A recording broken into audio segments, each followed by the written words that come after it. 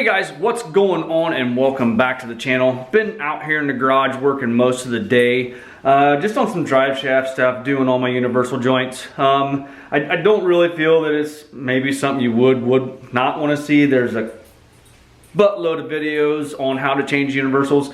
I did at one time do a carrier bearing, and I got my butt handed to me because everybody said I talk too much. And one of the guys even went as far as telling me how stupid I was and how stupid my son was and my family was. So yeah, it was not a good comment. I did not care for that at all. Anyway, I do have everything pretty much tore apart. Some of the stuff put back together.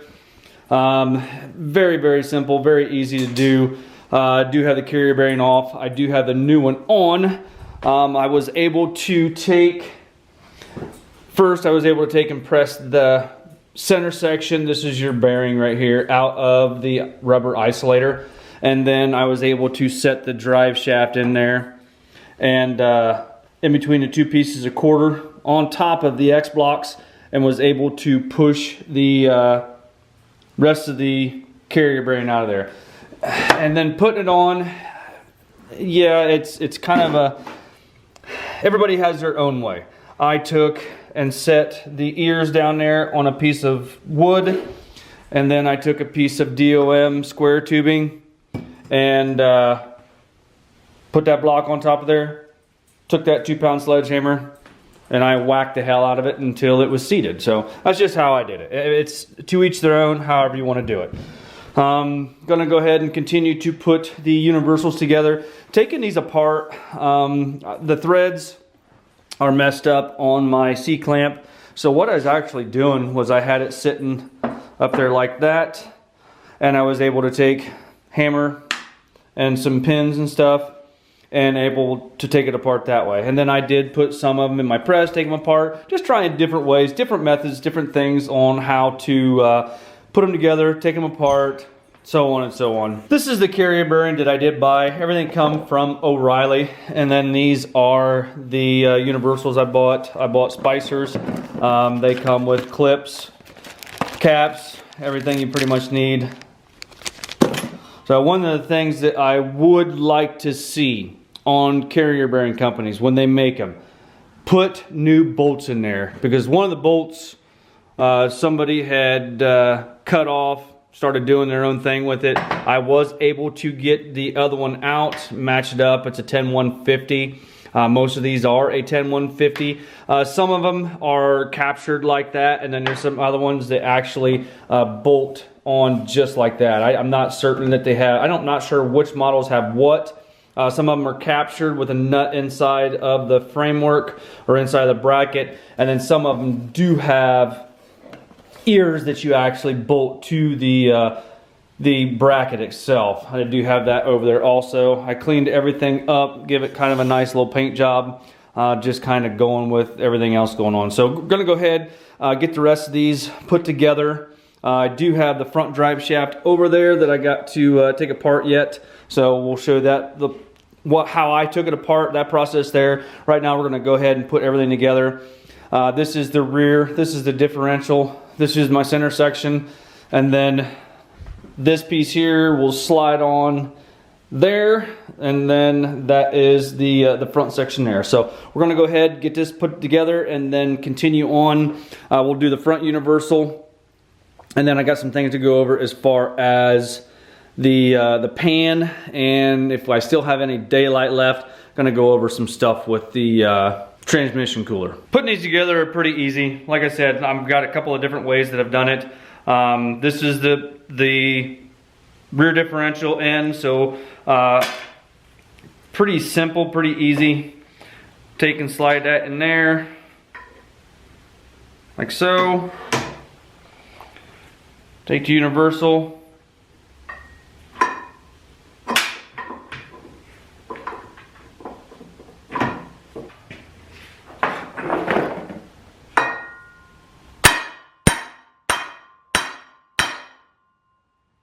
That's down flush, and we can take the other cap and start it.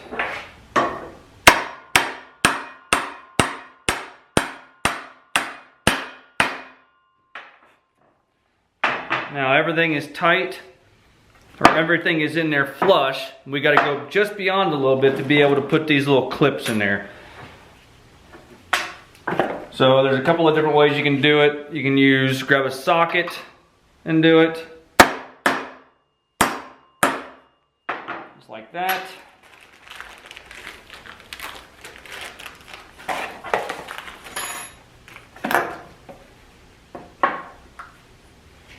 Put that clip in there.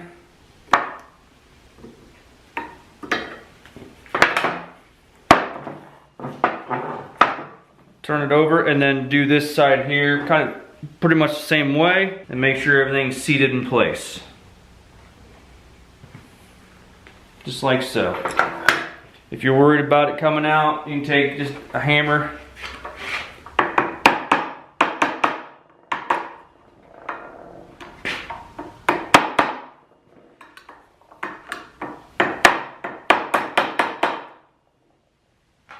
Make sure everything's seated just like that. You can do that on both sides if you so choose. Now this one here, it is ready to go back in the truck. Same way with this one. Different. The only difference on this one here is this piece is gonna go on there just like that. All right, it's the same process to get that yoke in there.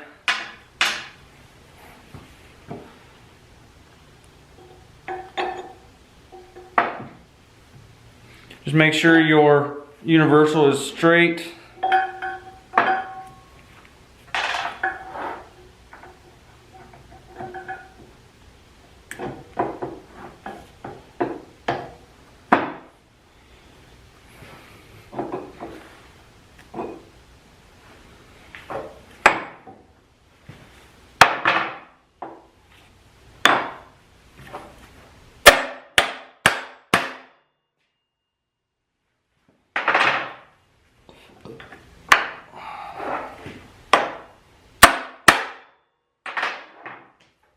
There is this rubber piece right here that's got to go on there, and it's kind of a real pain in the butt to get it stretched over this spline, but this does go on there.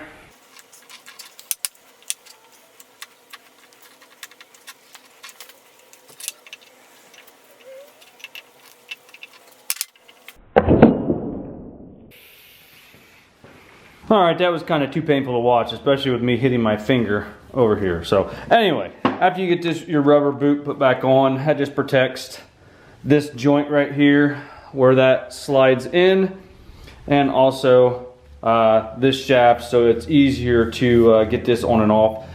Most of the time, these metal clips, they're a one-time use. They're crimped on there. What I do, I just grab a zip tie and put a pair of pliers on it, and just pull on it, get it as tight as you can, and that will keep that in place. And then you take this and you throw it right over there. All right, the next step, kind of step, whatever. I'm gonna go ahead and put my bracket back on for that, and then we'll go ahead and grab the front drive shaft, get it up here, and show you how I tear them apart, and then go on to, it's too dark out now, but we'll go ahead and go on to the transmission pan and show you some dilemmas I have with that. All right, your bracket, it will only go in one way, and it will go up this angle right here. That is for your gas tank, so this is always on the driver's side, however you look at it. So up in a truck, it'll go like this. That's just because that's the way mine's facing out there. Anyway, this is the driver's side. Just remember that when you're putting it back together.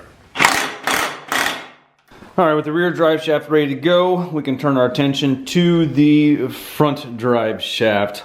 The only thing I'm gonna do on this one here is change this front universal. This back section right here, this is a real pain in the butt to change. I have only ever done it one time.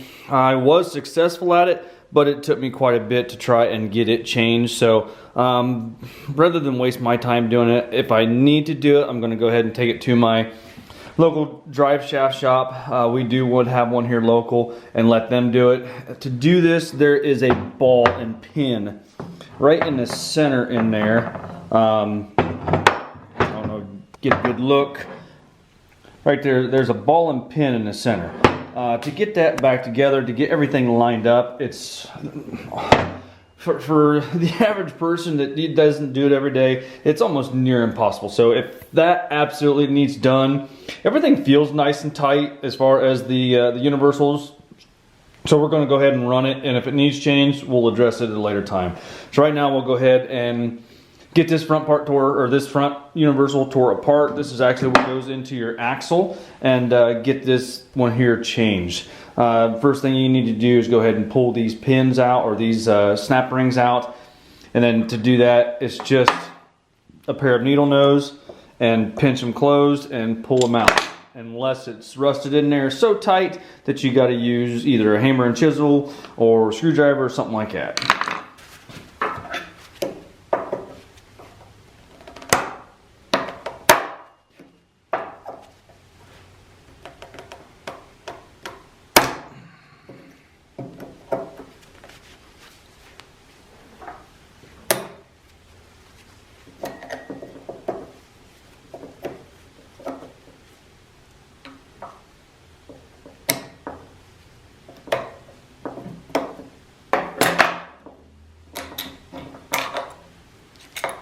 Alright, got pretty lucky on both of those. They did come out. As you can see though, I've had that soaking for probably about, I don't know, 4 or 5 days. I sprayed them down with some WD-40 to let them soak. Now I'm going to go ahead and put something on there and try and get them broke free.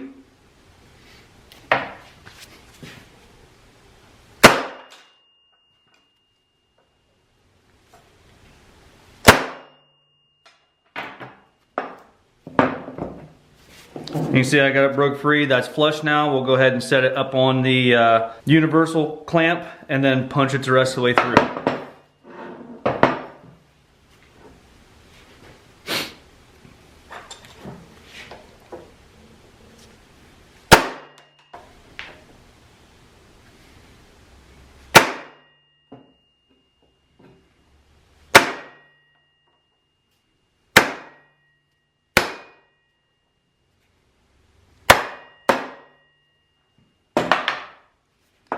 Don't want to go too far because this universal will booger up that backside. So after you get that done like that, grab your pair of pliers.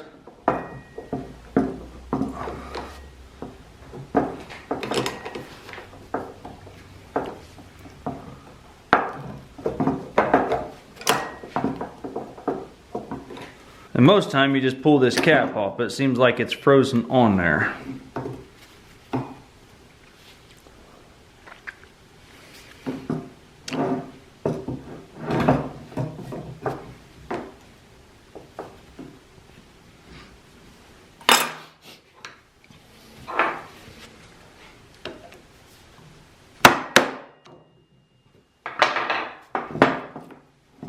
Had to give it just a little bit extra punch. Let me go ahead and take a wire brush, clean these ears out.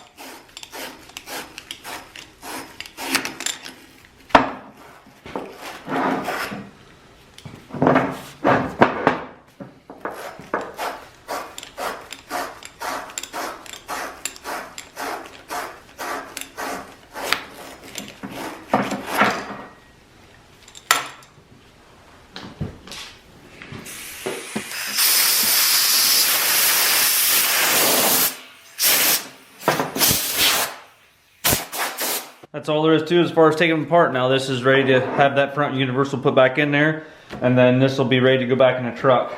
All right, before I get started with this next issue that I'm having, I did get all new hardware too. These are precision parts from O'Reilly. Got new clamps and bolts for the rear, and clamps and bolts for the front. So just something I wanted to do. It's like 10 bucks, something like that from O'Reilly. I don't think there's anything wrong with my hardware, but $10 is cheap insurance. So next issue, transmission pan. I'd like to hear your guys' comments. PPE, when they cast their pans, they have all these gussets running up and down all the way, vertically all the way through. Well, for the shifter, I gotta have this bracket right here. So I'm kind of curious on, I've marked that right there to notch that out to be able to put that right there. That's fine, but they make these like this for a reason. So I don't know if it needs to have that much rigidity to it. If you see, there's no way to notch this back one right here, just because if you notch that out right there and you notch this one the same way, you're basically cutting that whole tab off. So just kind of curious on your guys' thoughts. One thing I thought of was taking the cutoff wheel and on these two gussets right here, I don't know, I think it's just a design. There's no structural integrity to these gussets. I think it's just all design right there. I thought about taking the cutoff wheel just on top of the flange, making a pocket right there, and then basically this would slide in place where it's supposed to be. Up against tight the pan, be able to line up with the bolt holes in the pan, and basically life would be good. I thought about making a bracket to stand it out like that, but that takes that cable out of alignment where it should be, where it hooks up to the linkage on the transmission. So I mean, we're only talking maybe an inch, but I don't know if you could do that or not with that cable, misaligning that cable. That means that cable will be sitting over like this, and as it pulls through there on that push-pull cable, you're constantly going to be pulling over at an angle, and I didn't like that either. So just kind of curious on what you guys think, what you would do. Another thing I thought of was go ahead and cut this whole side off, and basically put a bracket, well, a piece going from here to there to be able to, and then get rid of all this. But then there again, that leaves nothing on the back side right here. So just some things I'm thinking of. I'm not certain exactly how I'm going to do it. Like basically this one here could probably be used for the front, and then we would have to make something up for the back because there's nothing left to, yeah. Don't know. Anyway, guys, I think that's pretty much all I had tonight. Next time, tomorrow night's tool video. So on Wednesday, I want to start getting my transmission cooler mounted, trying to find a place for it. I'm going to mount it, well, okay, I have a place for it. I'm going to mount it on the passenger side, right behind the cab, in front of the rear wheel. It's going to be right behind one of the first bed mount there. So I think it'll be pretty good right there. The fan doesn't really make a difference. It'll run either way depending upon how you put voltage to it. So we'll just go ahead and take and put it right there. We're going to have to build a bracket. We're going to have to build our lines. Getting ever so close to getting this truck back on the road. So we can cross one more thing off the list over there, and that is the drive shafts. So we are able to cross drive shafts and joints off the list. That's done. We can get those in the truck. T-case is in. We still got to put the fluid in the T-case. Got to do the cooler and mount for the trans. Yeah, I got the radiator hoses purchased, just the main radiator hoses. We still got to do the heater core heater hoses. Got to make those or just buy something. I'm not certain how we're going to do it. Top off all fluids, we'll do that once we get the pan over there on there, and then trans pan. That's what we just talked about right there with the trans pan. I'm not certain what I want to do as far as that bracket for that. We did get the shifter bracket made. I do have both as far as that bracket. That would be the bracket going down on top of the trans pan, and then also we have the anteater down there. We got to do that, yes. Anyway, guys, if you don't mind, hit that like button, give me a thumbs up, subscribe if you have not already done so, and we'll see you guys in the next one.